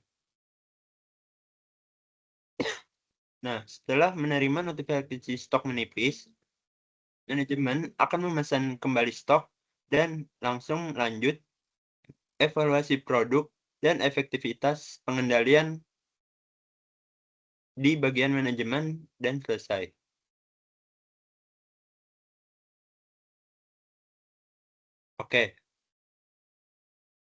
Oke, selanjutnya kita masuk ke data flow diagram inventory. Jadi di sini terdapat ada petugas inventory, distribution center gudang, logistik, dan manajemen. Kita mulai dari konteks diagram terlebih dahulu. Jadi di sini, di bagian tengah terdapat ordering control system, yang dimana ini tuh ngatur semua proses persediaan barang, mulai dari penerimaan barang, pemeriksaan stok, pengiriman barang, retur barang, sampai pembuatan laporan persediaan. Nah, pertama, di petugas inventory ini itu memberikan data penerimaan dan pemeriksaan barang kepada sistem. Data ini tuh berasal dari aktivitas ketika barang diterima, kemudian diperiksa jumlah dan kondisinya. Selain itu, sistem juga memberikan informasi kembali kepada petugas inventory berupa data stock of name, serta informasi stok info dan notifikasi minimum. Notifikasi minimum ini berguna untuk memberitahu apabila stok barang itu sudah menipis atau berada di bawah batas level minimal. Lalu yang kedua ini di distribution center gudang. Ini tuh jadi sistem mengirimkan permintaan barang dan retur barang kepada distribution center atau DC. Jadi permintaan barang dilakukan ketika stok perlu ditambah. Sedangkan retur barang dilakukan apabila stok yang barang dikirim itu rusak atau tidak sesuai dan perlu dikembalikan. Setelah itu, distribution center ini itu memberikan data pengiriman barang dan konfirmasi barang kepada sistem. Data ini itu menunjukkan bahwa barang telah dikirim atau permintaan telah diproses. Lanjut di bagian logistik, ini tuh sistem memberikan instruksi pengiriman kepada bagian logistik. Jadi di sini itu berisi arahan mengenai barang itu harus dikirim atau diambil. Setelah proses pengiriman dilakukan, logistik itu memberikan status pengiriman kepada sistem. Status ini itu digunakan untuk mengetahui apakah barang sudah dikirim, sedang dalam proses atau sudah diterima. Lalu yang terakhir di bagian manajemen itu memberikan kebijakan stok minimum kepada sistem. Kebijakan ini tuh menjadi dasar bagi sistem untuk menentukan stok dianggap kurang dan kapan perlu dilakukan pemesanan ulang. Sebaliknya, sistem memberikan laporan persediaan, retur, dan selisih stok kepada manajemen. Laporan itu tuh digunakan untuk memantau kondisi persediaan dan mengevaluasi aktivitas pengelolaan barang. Kita lanjut di DFD level 0 inventory. Jadi, di DFD level 0 inventory ini, pertama, itu prosesnya penerimaan dan validasi barang. Jadi di proses pertama ini, petugas inventory itu melakukan pemeriksaan fisik terhadap barang yang diterima. Petugas memberikan data pemeriksaan fisik ke dalam sistem. Selain itu, distribution center ini atau gudang ini juga memberikan data barang datang. Data tersebut kemudian diproses untuk memastikan apakah barang yang diterima itu sesuai dengan pesanan baik dari segi jumlah atau kondisi barang. Setelah itu dicatat dan di dalam data penerimaan barang dan memperbarui data persediaan stok. Lanjut di proses kedua, yaitu monitoring stok dan stock of name. Jadi pada proses ini itu sistem memantau data stok yang tersedia. Petugas inventory itu melakukan stock of name, yaitu pengecekan langsung terhadap jumlah barang fisik. Nah, hasil stock of name itu dibandingkan dengan data yang ada di sistem. Jika terdapat perbedaan antara stok fisik dan stok sistem, maka perbedaan tersebut dapat dicatat sebagai selisih stok. Dan proses ini tuh penting agar data persediaan tetap akurat dan sesuai dengan kondisi sebenarnya di gudang atau toko. Lanjut di proses ketiga, ini tuh proses order dan retur barang. Jadi pada proses ini tuh sistem itu mengolah data yang berkaitan dengan pemesanan barang dan pengembalian barang. Jika hasil monitoring menunjukkan bahwa stok sudah kurang atau mencapai batas minimum, maka sistem akan membuat permintaan barang kepada distribution center atau gudang. Selain itu, jika ada barang yang rusak atau tidak sesuai dan harus dikembalikan, maka sistem akan memproses retur barang. Nah, di proses ini itu melibatkan bagian logistik karena sistem itu memberikan instruksi pengiriman atau pengambilan barang. Kemudian logistik itu mengirimkan status pengiriman dan pengembalian kembali kepada sistem. Lanjut ke yang terakhir, yaitu proses keempat, pelaporan persediaan. Jadi di proses ini itu sistem mengumpulkan data dari beberapa sumber seperti data penerimaan barang, data persediaan stok, data order barang, dan data retur barang. Jadi di semua data itu tuh kemudian diolah menjadi laporan persediaan. Nah, laporan ini diberikan kepada manajemen sebagai bahan evaluasi. Selain menerima laporan, manajemen juga memberikan kebijakan stok minimum yang digunakan sistem sebagai dasar dalam pengendalian persediaannya. Next.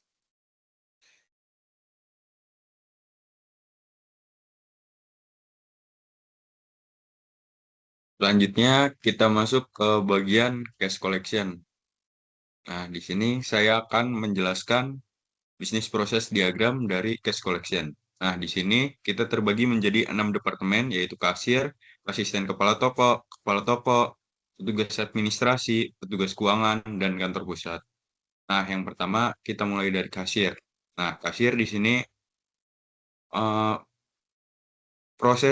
dia memproses penjualan di sistem POS atau point of sales. Nah, selanjutnya kasir itu akan menutup transaksi dan mengumpulkan uang tunai yang sudah terkumpul pada saat transaksi. Nah, setelah itu kasir juga merekap penjualan harian dan pengumpulan uang tunai. Nah, setelah itu uang tersebut dan dokumen itu diserahkan kepada asisten kepala toko. Nah, selanjutnya asisten kepala toko itu akan menerima uang tunai dan dokumen dari penjualan kasir yang sebelumnya dikirimkan. Nah, selanjutnya asisten kepala toko itu akan melakukan verifikasi uang tunai dan dokumennya. Nah, di sini itu misalkan tidak sesuai, maka asisten kepala toko itu harus memverifikasi lagi uang tunai dan dokumen tersebut sampai benar-benar sesuai. Nah, jika sesuai, maka asisten kepala toko itu akan menandatangani laporan penjualan harian tersebut dan selanjutnya akan diserahkan ke kepala toko. Nah, kepala toko itu nanti akan menerima uang tunai dan laporan penjualan yang sudah ditandatangani pada asisten kepala toko. Nah, selanjutnya nanti kepala toko akan memeriksa otorisasi tersebut.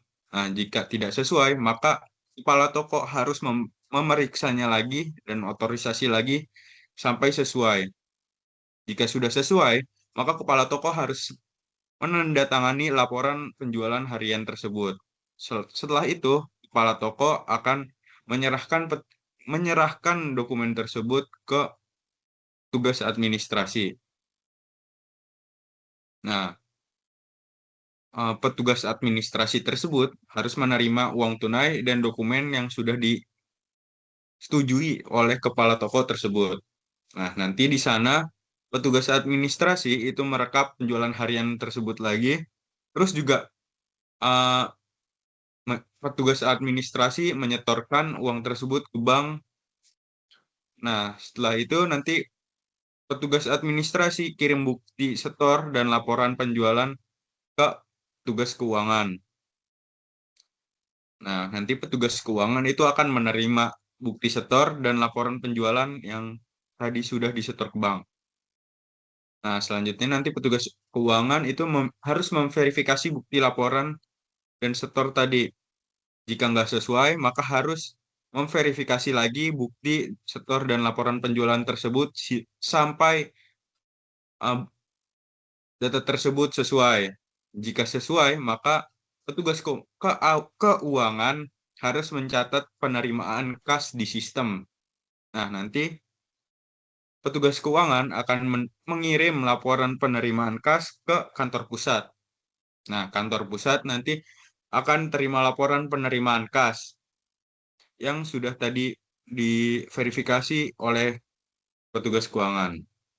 Nah, nanti kantor pusat itu akan merekonsiliasi lagi dan laporan keuangannya, laporan penjualannya. Nah, misalkan nggak sesuai, maka harus diulang lagi metode tersebut sampai metode tersebut sesuai. Jika sesuai, maka catatan akan diarsip, dan diarsip penerimaan kas tersebut.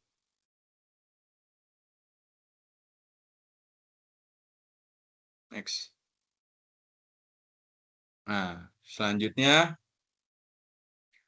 di sini saya akan membahas flowchart cash collection. Nah, ini sama seperti sebelumnya, ini terbagi menjadi 6 departemen: kasir, asisten kepala toko, tugas administrasi, petugas keuangan, dan kantor pusat.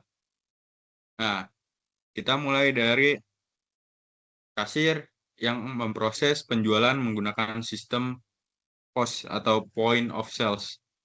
Nah, nanti kasir itu akan menerbitkan invoice dalam bentuk dokumen.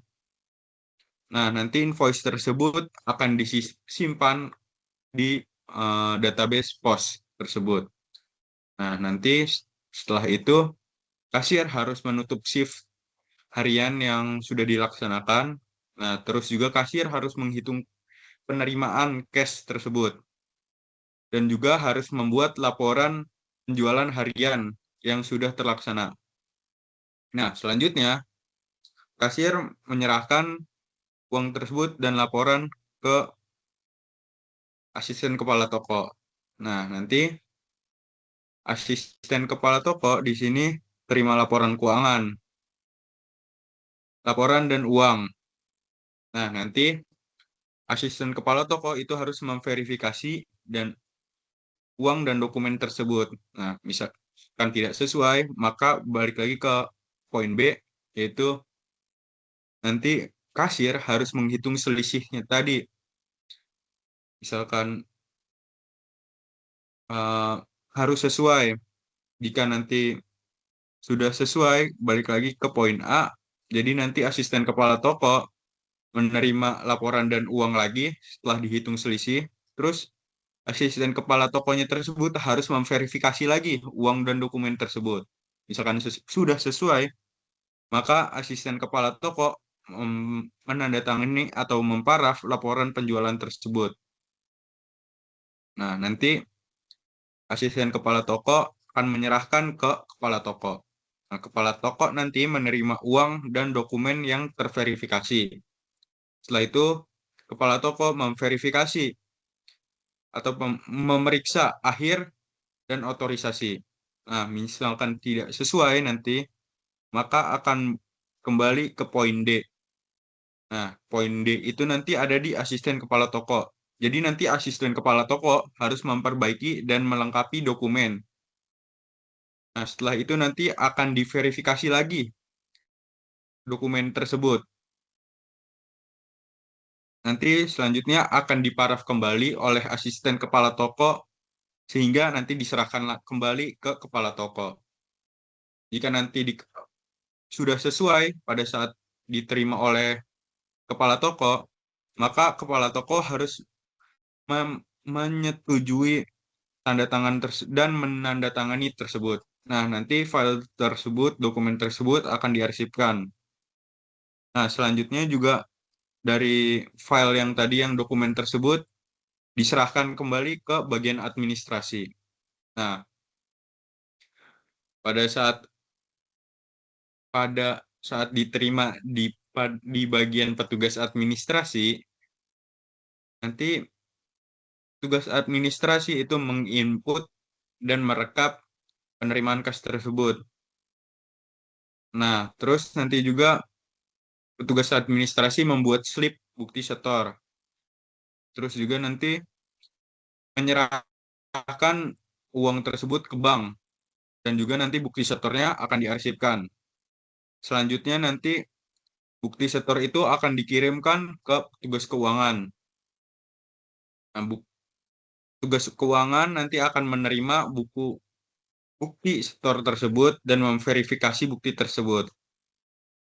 Misalkan tidak sesuai, maka kita kembali ke poin G, yaitu nanti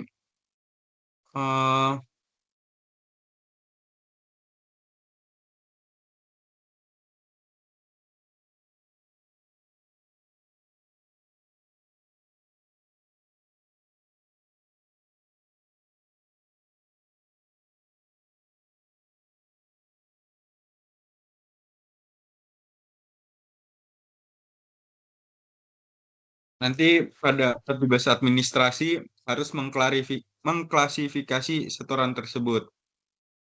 Nah, selanjutnya nanti setelah diklasifikasi, petugas administrasi mengirimkan kembali ke petugas keuangan. Nah, petugas keuangan menerima buktinya lagi, terus juga harus memverifikasinya lagi. Nah, nanti misalkan sudah sesuai, maka petugas keuangan itu mencatat penerimaan kas tersebut dan membuat laporan penerimaan kas tersebut. Nanti laporan penerimaan kas tersebut disimpan di database penerimaan kas.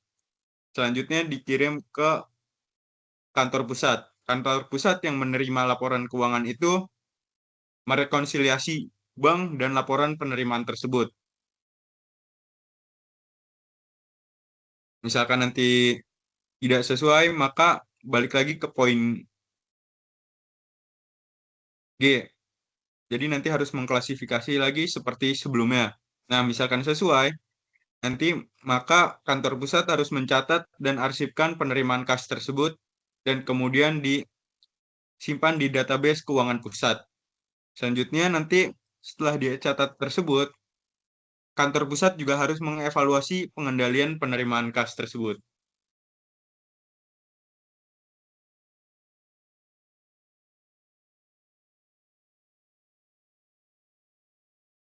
Next.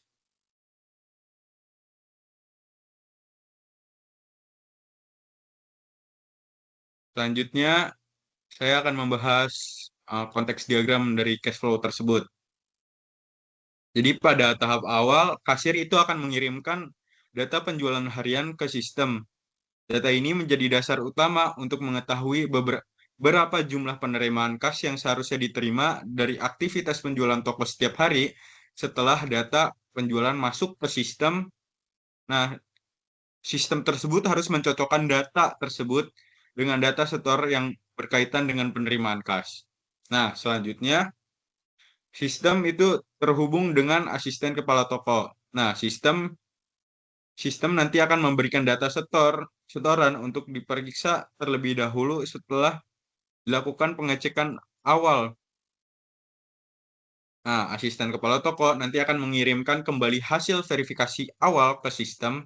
Nah, tujuannya itu untuk memastikan bahwa data setoran itu sudah sesuai dengan transaksi penjualan yang terjadi.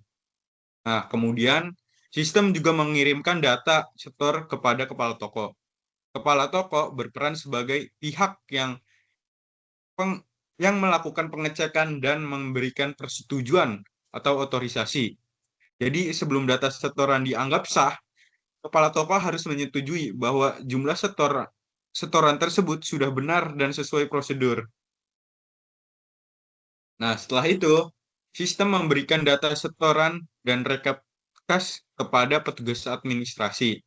Nah, petugas administrasi bertugas menyiapkan dan mengelola bukti administrasi terkait kas.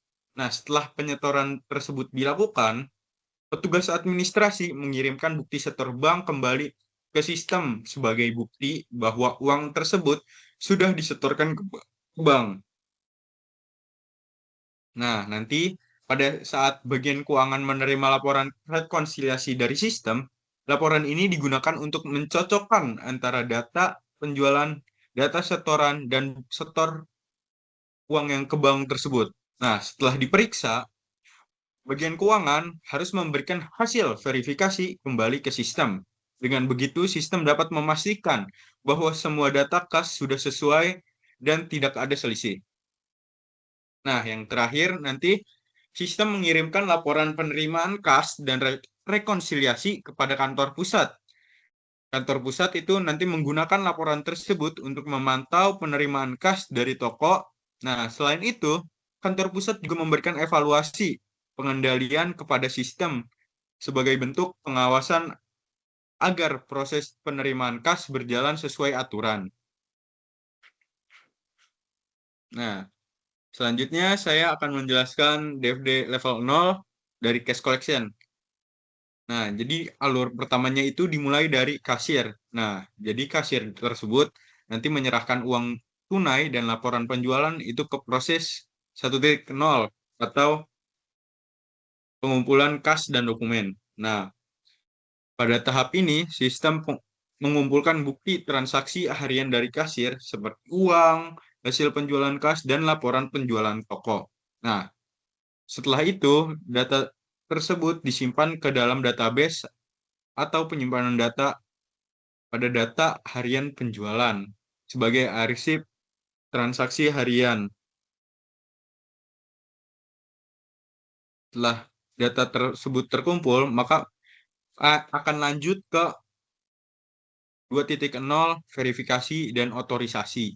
Nah, data dari proses pertama itu dikirimkan untuk diperiksa kebenarannya. Nah, pada tahap ini, sistem melakukan pengecekan data dengan distribution center atau gudang untuk memastikan data yang tercatat tersebut sesuai.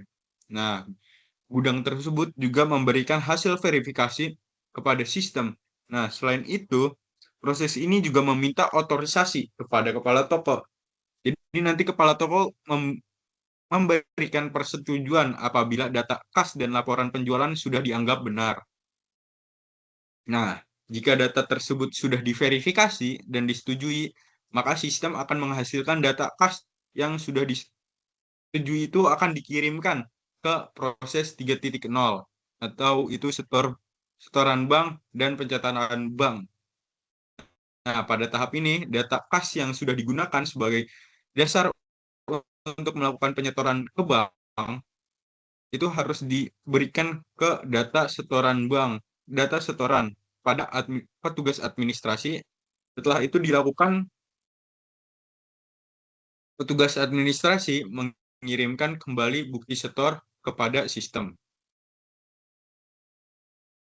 Nah, bukti setor tersebut kemudian disimpan ke dalam database bukti setor bank. Nah, selain itu, data penerimaan kas juga dicatat ke dalam data store data penerimaan kas. Jadi, pada tahap ini sistem tidak hanya mencatat bahwa uang tersebut sudah diterima, tapi juga mencatat bahwa uang tersebut sudah disetorkan dan memiliki bukti yang resmi.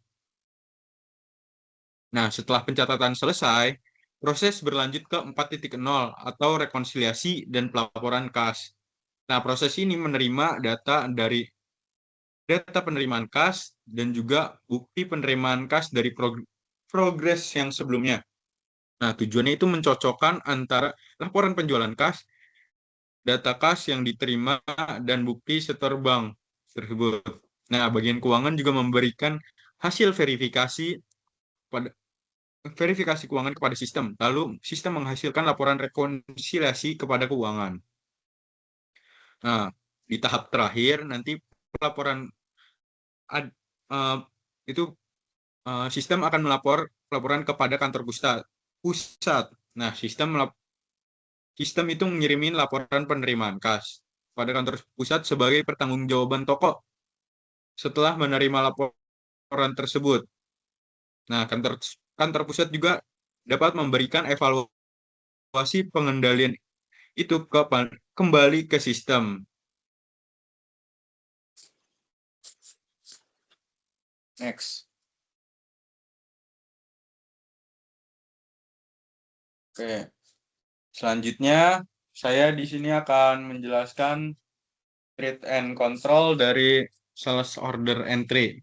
Nah, di sini activitiesnya itu terdapat customer yang memilih barang, juga nanti kasir akan melakukan scan barcode via sistem point of sales. Nah, di sini terdapat traits yaitu incomplete atau inaccurate order. Nah, kontrol tersebut ada dua, yaitu data entry controls dan restriction of access to master data. Nah, function tersebut juga functionsnya itu adalah memastikan data yang masuk ke dalam sistem pos itu lengkap, terus harganya juga ada dan jumlahnya benar. Itu supaya mencegah modifikasi yang tidak sah. Selanjutnya, yang activities kedua itu mengkonfirmasi member dan juga menambah poin member jika ada. Nah, traits yang muncul dari sini juga masih sama seperti sebelumnya, yaitu incomplete atau inaccurate order. Nah, kontrolnya ada dua, yaitu data entry controls dan CRM system. Nah, fungsinya tersebut memastikan transaksi member sesuai, poinnya tercatat, promo membernya valid, dan data pelanggan akurat. Selanjutnya,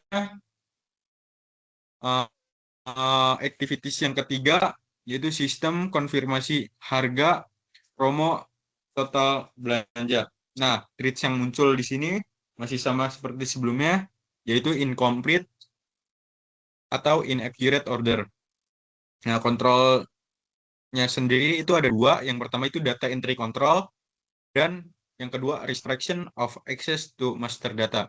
Nah, functionsnya itu ada menjaga total belanja akurat, harga sesuai kebijakan, dan mencegah input manual yang salah. Nah, activities yang keempat yaitu customer memilih metode pembayaran dan juga sistem verifikasi non-tunai. Nah, nanti yang muncul dari traits-nya tersebut itu invalid order.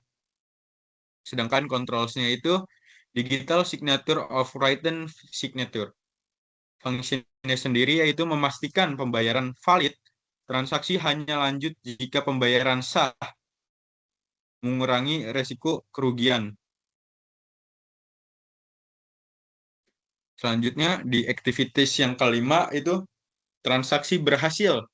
Sistem pos mencatat tersebut dan cetak struknya. Nah, di sini menimbulkan traits-nya yang sama lagi seperti sebelum-sebelumnya, yaitu incomplete atau inaccurate order, dan juga ada invalid order. Nah, kontrolnya tersebut terbagi menjadi dua juga, yaitu yang pertama data entry controls dan juga digital signature. Nah, fungsinya tersendiri itu ada menjamin transaksi dicatat lengkap, terus juga hanya yang dibayar masuk ke dalam sistem dan struknya sebagai bukti. Nanti juga di activities ke-6 itu sistem update stok otomatis. Nah, traits-nya itu yang muncul stock out or excess inventory. Nah, controls-nya tersebut terbagi menjadi 4. Yang pertama itu ada perpetual inventory. Yang kedua, barcoding ARFID atau ARFID. Yang ketiga itu training. Yang keempat, stock opnam. Nah, fungsinya tersebut yaitu memastikan stok itu sesuai transaksi. Terus juga FIFO dijaga. Nah, terus selisih stok itu cepat diketahui. Selanjutnya, activities yang ketujuh itu customer menerima barang dan struk. Nah, di sini tuh muncul traits loss of customer. Dan juga controls-nya yaitu CRM system self-help website evaluation. Nah, fungsinya tersendiri itu menjaga kepuasan customer, transaksi tercatat, dan juga keluhannya dapat ditindaklanjuti oleh kami, kasir.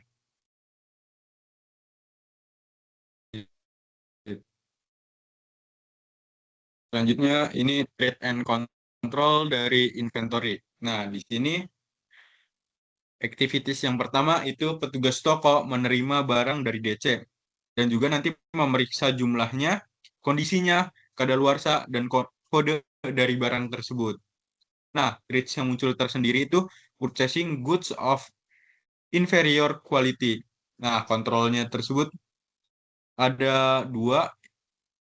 Yang pertama itu review of purchase order. Yang kedua, tracking and monitoring product quality by supplier. Nah, fungsinya tersebut itu ada, yaitu kontrol ini memastikan barang yang diterima itu sesuai pesanan dan standar, mengurangi resiko menerima barang yang tidak layak. Terus, activity yang kedua itu barang dicatat ke dalam sistem stok, terus stoknya diperbarui.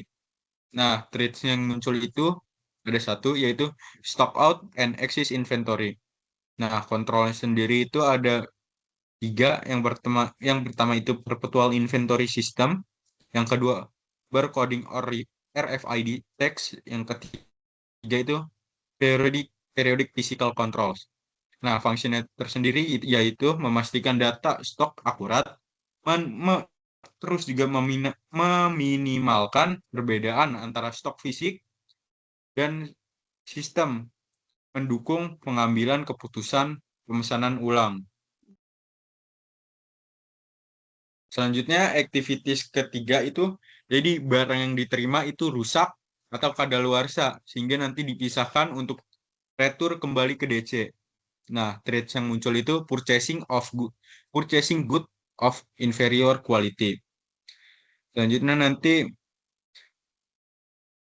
controls-nya ada 3, yaitu review. Yang pertama ada review of purchase order. Yang kedua, tracking and monitoring product quality by supplier. Yang ketiga itu holding purchasing manager responsibility. Nah, fungsinya itu memastikan barang yang rusak atau tidak layak dikembalikan, terus juga tanggung jawab pengelola tercatat, sehingga mencegah kerugian dari pihak perusahaan. Nah, selanjutnya activities yang keempat yaitu petugas menyusun barang dengan metode FIFO, first exit, first out. Jadi traits yang muncul di sini yaitu ada dua, yaitu yang pertama stock out and excess inventory, yang kedua purchasing goods of inferior quality. Nah, controls-nya itu yaitu periodic physical counts of inventory, yang kedua tracking and monitoring product quality by supplier. Nah, fungsinya itu memastikan barang yang terjual sesuai urutan kadaluarsa. Nah, terus juga mencegah barang rusak dan kerugian akibat dari expired tersebut. Selanjutnya, kita ke activities yang kelima, yaitu stock opnam yang berkala. Nah, traits-nya tersebut yaitu stock out and excess inventory. Nah, kontrolnya terbagi menjadi dua. Yang pertama, perpetual inventory system, dan yang kedua itu periodic physical counts of inventory. Nah, fungsinya itu yaitu memastikan sistem sesuai fisik, juga mendeteksi kesalahan input atau barang hilang atau lebih cepat habis. Next.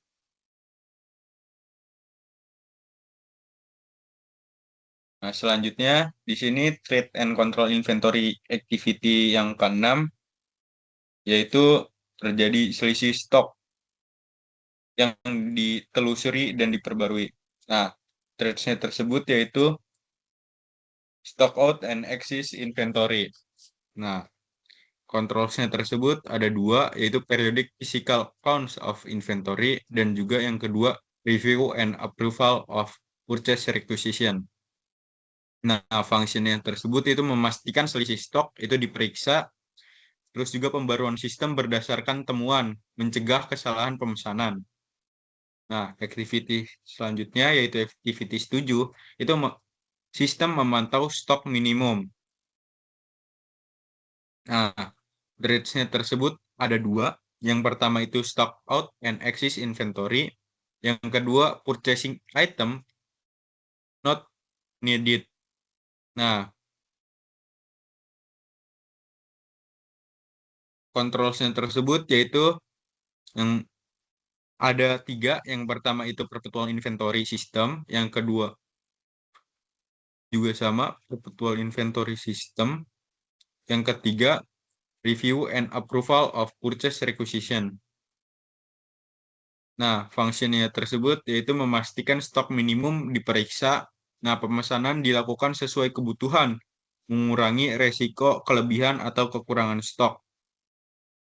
Selanjutnya di activities ke-8 itu manajemen evaluasi kebutuhan barang dan persetujuan pemesanan ulang. Nah, traits-nya tersebut yang muncul ada satu, yaitu purchasing item not needed. Terus juga controls-nya itu review and approval of purchase requisition.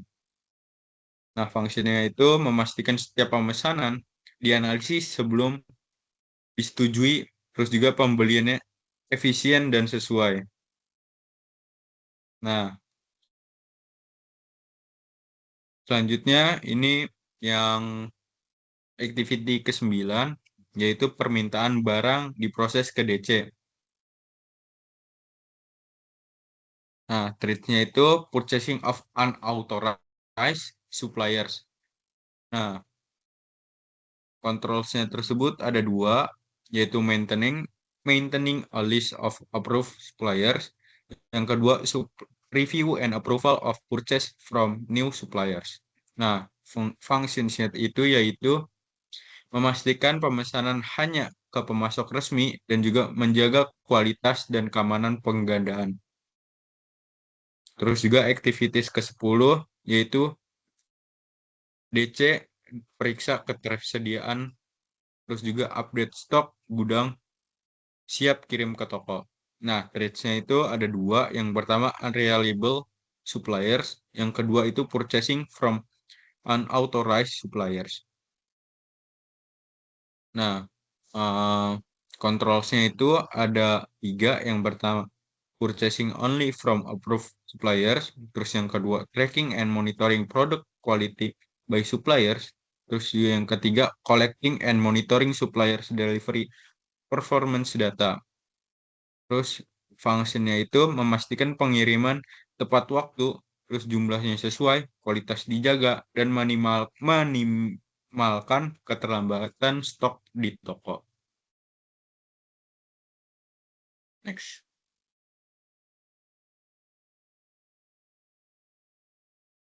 Oke, selanjutnya kita masuk ke treat and control pada bagian cash collection.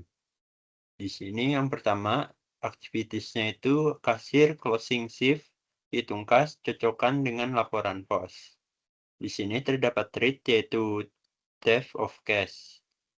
Dan kontrolnya itu ada dua. Yang pertama, segregation of duties. Dan yang kedua itu use of cash register.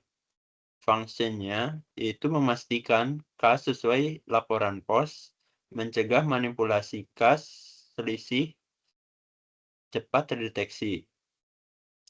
Lalu yang kedua, aktivitiesnya yaitu laporan penjualan dan kas diserahkan ke asisten kepala toko. Di sini terdapat treat sama theft of cash. Dengan kontrolnya itu segregation of duties. Fungsinya memastikan uang tunai dan dokumen diverifikasi pihak lain selain kasir. Yang ketiga, asisten kepala toko verifikasi uang dan dokumen. Treats-nya masih sama, theft of cash. Dengan kontrol ada dua, segregation of duties dan use of cash register.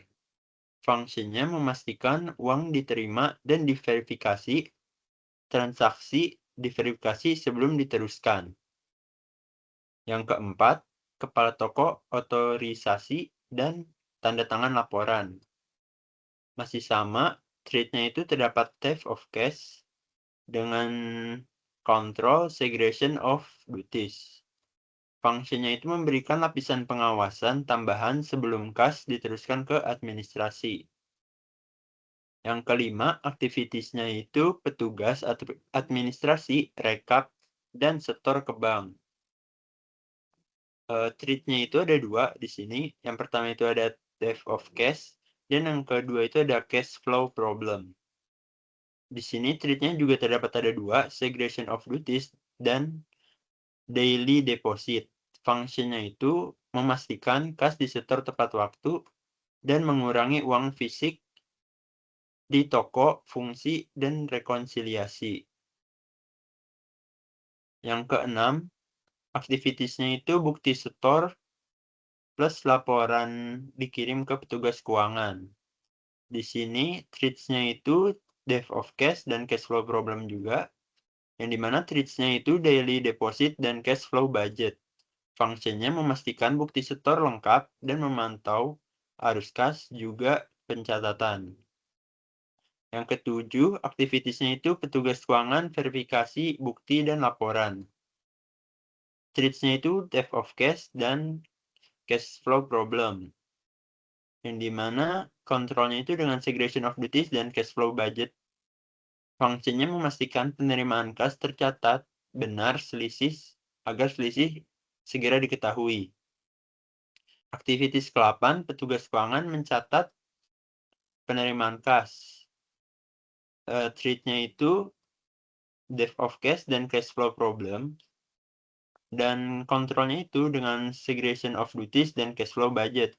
Fungsinya memastikan pencatatan hanya setelah diverifikasi dan data kas andal.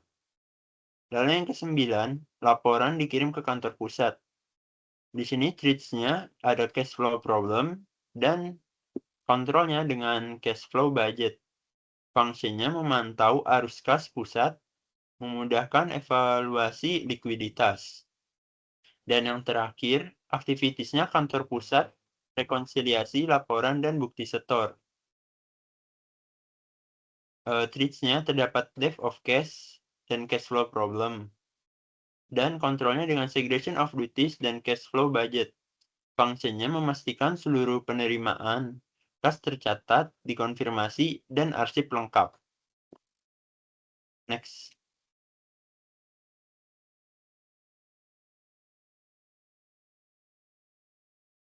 Baik, berikutnya yang akan kita bahas yaitu bab terakhir pada materi kali ini, yaitu penutup.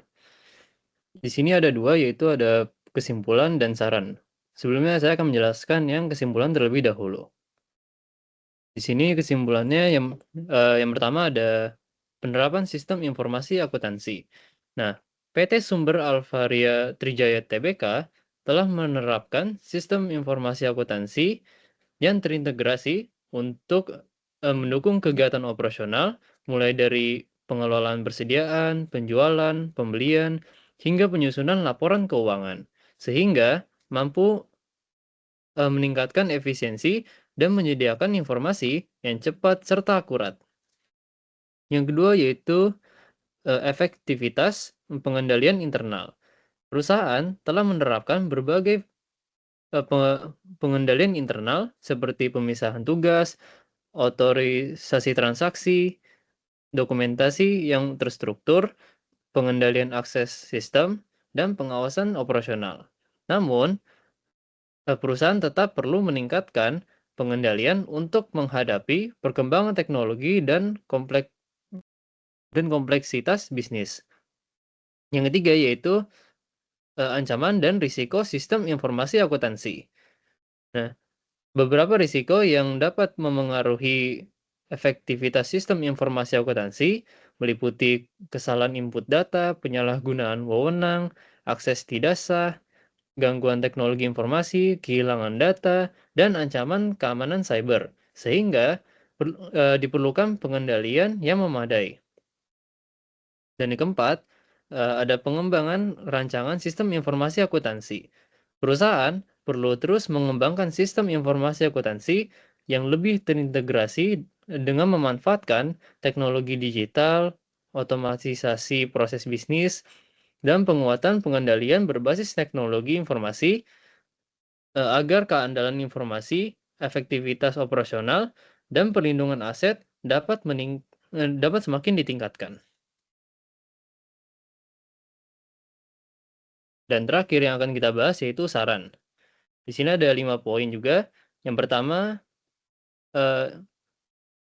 meningkatkan integrasi dan otomatisasi sistem informasi akuntansi.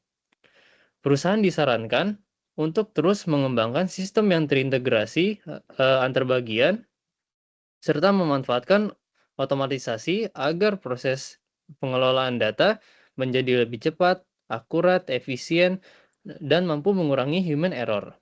Yang kedua, yaitu memperkuat sistem keamanan dan pengendalian akses informasi.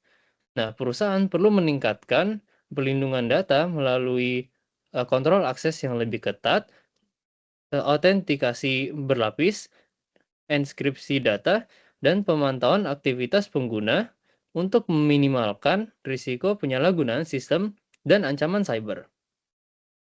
Ketiga, yaitu meningkatkan efektivitas prosedur pengawasan dan evaluasi pengendalian internal. Nah, audit internal dan penilaian risiko secara berkala perlu dilakukan agar kelemahan sistem dapat segera diidentifikasi dan diperbaiki sebelum berdampak pada operasional perusahaan. Yang keempat yaitu memperjelas pembagian tugas dan tanggung jawab setiap bagian. Penerapan prinsip segregation of duties perlu terus diperkuat untuk mencegah penyalahgunaan wewenang, manipulasi data, dan berbagai bentuk kecurangan. Dan yang terakhir yaitu meningkatkan kompetensi sumber daya manusia melalui pelatihan dan pengembangan. Perusahaan disarankan untuk menyelenggarakan pelatihan rutin mengenai sistem informasi akuntansi, keamanan informasi, dan pengendalian internal agar implementasi sistem dapat berjalan lebih efektif dan konsisten. Berikut ini untuk link video yang kalian tonton saat ini. Kemungkinan besar linknya akan berada di G Drive ini. Sekian, terima kasih dari kelompok kami. Kurang lebih mohon maaf. Thank you for watching and see you guys. Bye-bye.